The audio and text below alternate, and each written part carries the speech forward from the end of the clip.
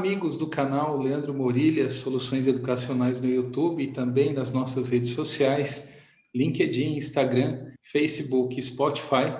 Continuando a série sobre Leading Digital Strategy, estamos falando da realidade aumentada, um seminário muito interessante conduzido pela professora Carolina Afonso, docente do ISEG, o Instituto Superior de Economia e Gestão de Portugal, e também parceira da Leandro Morilha Soluções Educacionais.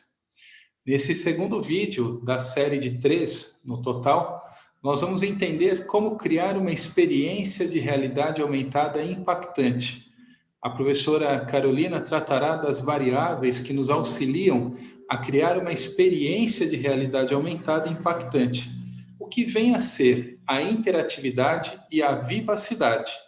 E trará também exemplos de empresas que estão adotando a realidade aumentada e melhorando a experiência de seus clientes quanto aos serviços oferecidos por estas empresas. Boa aprendizagem!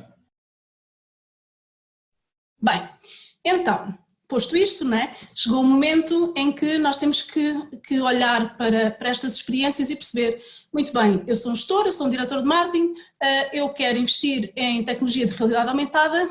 Como é que eu vou criar uma experiência que seja de facto impactante para a minha audiência? Como é que eu vou tirar partido das potencialidades que esta tecnologia traz para as marcas? Pois bem, trago-vos aqui um estudo, portanto, que foi publicado no Journal of Interactive Marketing, que nos explica quais são as variáveis que contribuem de facto para criarmos uma experiência com impacto. Portanto, o que é que nós vemos aqui? Vemos um modelo de investigação e percebemos que existem aqui duas variáveis, portanto, do lado esquerdo, que são a interatividade e a vivacidade, que eu já vou passar a explicar, de que forma é que elas contribuem para criarmos, através de realidade aumentada, uma experiência que seja imersiva. E o que nós sabemos é que quanto mais imersiva for esta experiência, maior é a atitude perante a tecnologia, o que levará a uma intenção de compra positiva em relação a um produto ou um serviço que nós queiramos vender. Na prática, no que é que isto se traduz? Pois bem, na parte da interatividade. O que é isto da interatividade? Nós não nos podemos esquecer como é que nasce a tecnologia de realidade aumentada.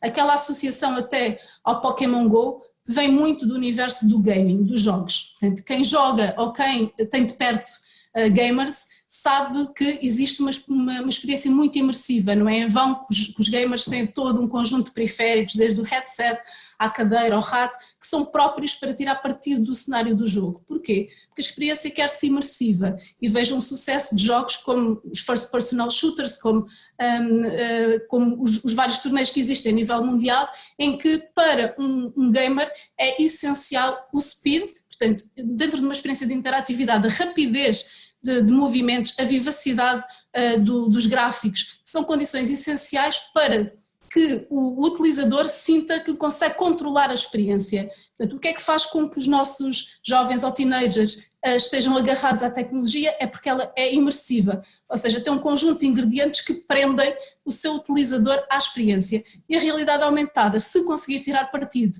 deste tipo de funcionalidades, como o speed e o mapping, que tem a ver com a possibilidade de eu modificar o conteúdo e o sentimento que eu tenho em relação ao controle da experiência, aumentam a probabilidade de eu ter uma experiência que seja de facto imersiva. Portanto, isto é essencial para termos a linha de conta quando pensamos em realidade aumentada.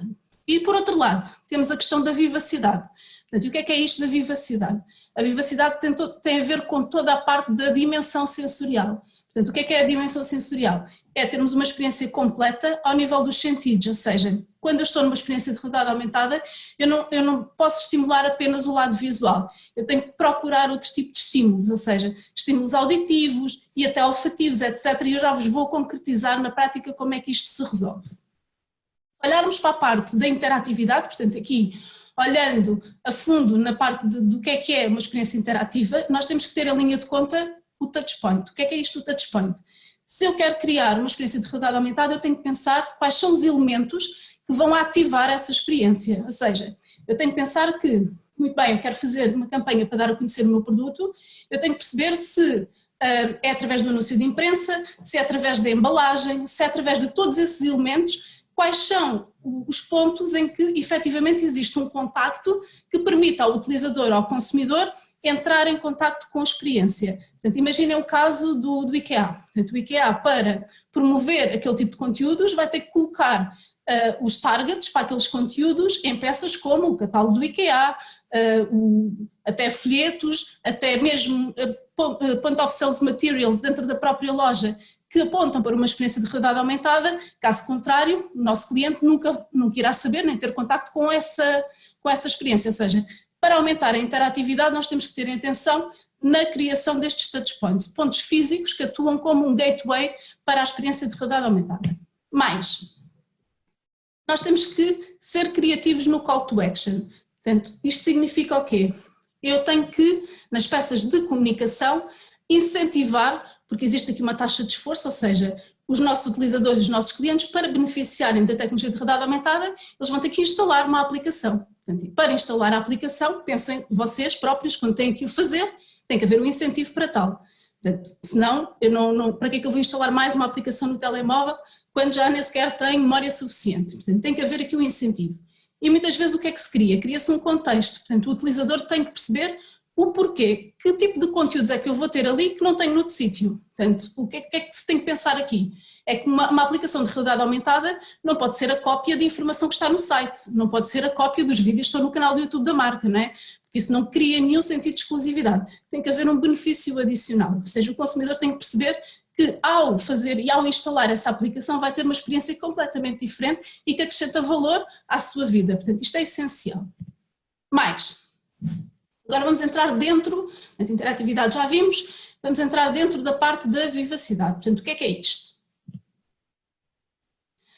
Para termos de facto uma experiência que seja uma experiência vívida, portanto, que é o que isto significa, nós devemos tirar então partido daquilo que são os nossos sentidos. Por exemplo, através de tecnologia de realidade aumentada, nós conseguimos fazer aquilo que se chama o reconhecimento facial. Vejam o caso, por exemplo, na aplicação que nós vimos, da L'Oréal. Portanto, a aplicação identifica imediatamente o utilizador e isso dá-nos um sentimento de que somos parte da experiência. Vejam, por exemplo, não é em vão que o Instagram, com as histórias, tem uma série de filtros, uma experiência que acabou por copiar até do Snapchat. Mas essa possibilidade de experimentarmos filtros personalizados que acrescentam elementos à nossa cara, portanto, o que é que nos faz querer experimentar? O facto de nos estarmos a rever. Portanto, eu olho para a aplicação e aquilo não é outra pessoa, aquilo não é uma montagem do Photoshop, aquilo sou eu.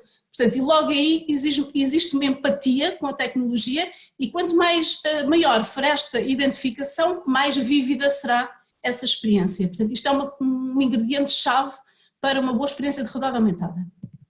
Mais, e aqui está uma parte muito interessante, que é grande parte das aplicações, as que já estão muito desenvolvidas no mercado, elas contam têm recurso à inteligência artificial. Portanto, e uma das vantagens da inteligência artificial, portanto, como sabem, é a possibilidade de detectarmos padrões de comportamento, por exemplo, no caso do consumidor, conseguimos detectar padrões de comportamento e conseguimos atuar sobre eles. Portanto, isto é um legado em grande parte vem das câmaras, por exemplo, das câmaras fotográficas, das câmaras de segurança, etc., e que nos permite detectar o mood, portanto, o estado de espírito do nosso consumidor.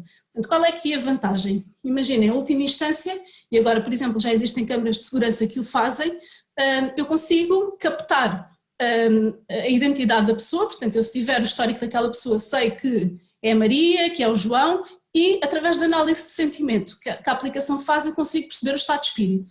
Se a pessoa está triste, se a pessoa está alegre, e de certa maneira consigo personalizar a experiência que ela vai ter com a aplicação. Portanto, isto então, ter aqui uma tecnologia que é poderosa ao ponto de conseguir extrair dados, que é isto que a tecnologia faz, e compreender emoções para poder acioná-las, acaba por ser uma grande mais-valia e que contribui grandemente para aquela questão da imersão. Portanto, quanto mais vívida for a experiência, mais imersiva ela será e logo trará maiores resultados ao nível de vendas e da experiência do cliente. Então, resumindo, o que é que nós temos aqui? Já abordámos a questão da interatividade, a questão da vivacidade e já sabemos que quanto mais interativa e quanto mais vívida for a experiência, maior será a imersão que o utilizador terá com esta tecnologia e logo terá uma atitude mais positiva perante a mesma que levará a uma maior intenção de compra. Na prática, no que é que isto se traduz? Portanto, existem aqui 3 áreas que beneficiam claramente desta tecnologia. Uma é as vendas, portanto, aumentar as vendas, e já vamos ver como. A outra, melhorar a experiência de compra do próprio utilizador e, por fim, fomentar a utilização e a fidelização. Através do quê? Portanto, existem funcionalidades que o permitem fazer. Vejam o caso do aumentar as vendas. Por exemplo, através da realidade aumentada, eu consigo, por exemplo, visualizar os produtos em 3D, à distância. Portanto, eu estou no conforto da minha sala e consigo, por exemplo, através da aplicação do IKEA, que foi uma que vimos aqui, eu consigo ver o produto em 3D no seu ambiente final. Posso, por exemplo, criar uma loja virtual, uma loja de experimentação virtual. Portanto, isto hoje em dia está neste contexto que vivemos, portanto tem um grande potencial. Portanto, consigo experimentar os produtos. Depois, consigo melhorar a experiência de compra, por exemplo, através de ofertas que têm compromisso à geolocalização. O que é que isto significa? Portanto, se eu estiver numa determinada loja, eu consigo interagir com aquela realidade da loja onde eu estou fisicamente. Portanto, se eu estiver em Belém num supermercado e ativar, que tem uma aplicação de realidade aumentada, eu consigo ativar a aplicação e ver que ofertas especiais é que existem por eu encontrar-me naquele local. Portanto, isto abre as portas para a personalização e a partir daqui para a criação de uma experiência ótima. Depois, temos aqui a parte de conseguimos melhorar a informação de produto e reviews através da tecnologia.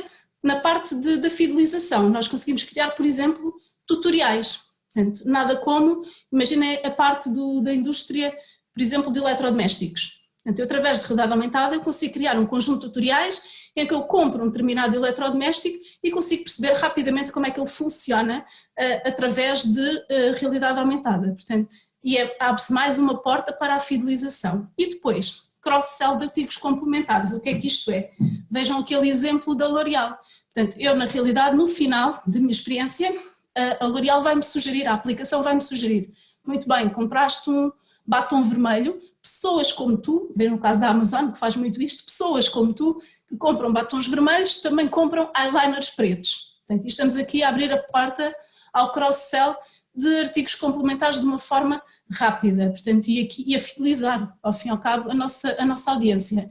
Portanto, temos aqui 3 benefícios muito específicos de como utilizar este tipo de tecnologia para aumentar vendas, para melhorar a experiência de compra e para reter e fidelizar a nossa audiência, o nosso público-alvo. Vejam este exemplo muito prático.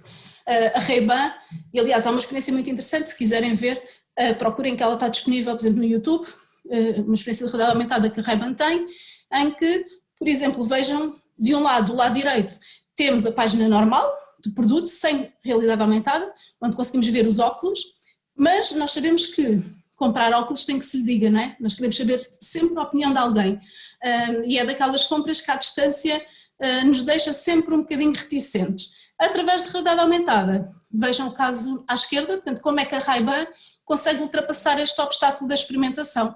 Eu consigo efetivamente experimentar os óculos em mim, no contexto em que eu estou, e consigo perceber efetivamente se me ficam bem, se não ficam bem, se eu não gostar desta cor, consigo experimentar outras cores, portanto consigo ter a percepção de modificação que a interatividade, que é uma variável importante aqui, como já sabemos, me permite fazer, a sensação de controlar a experiência.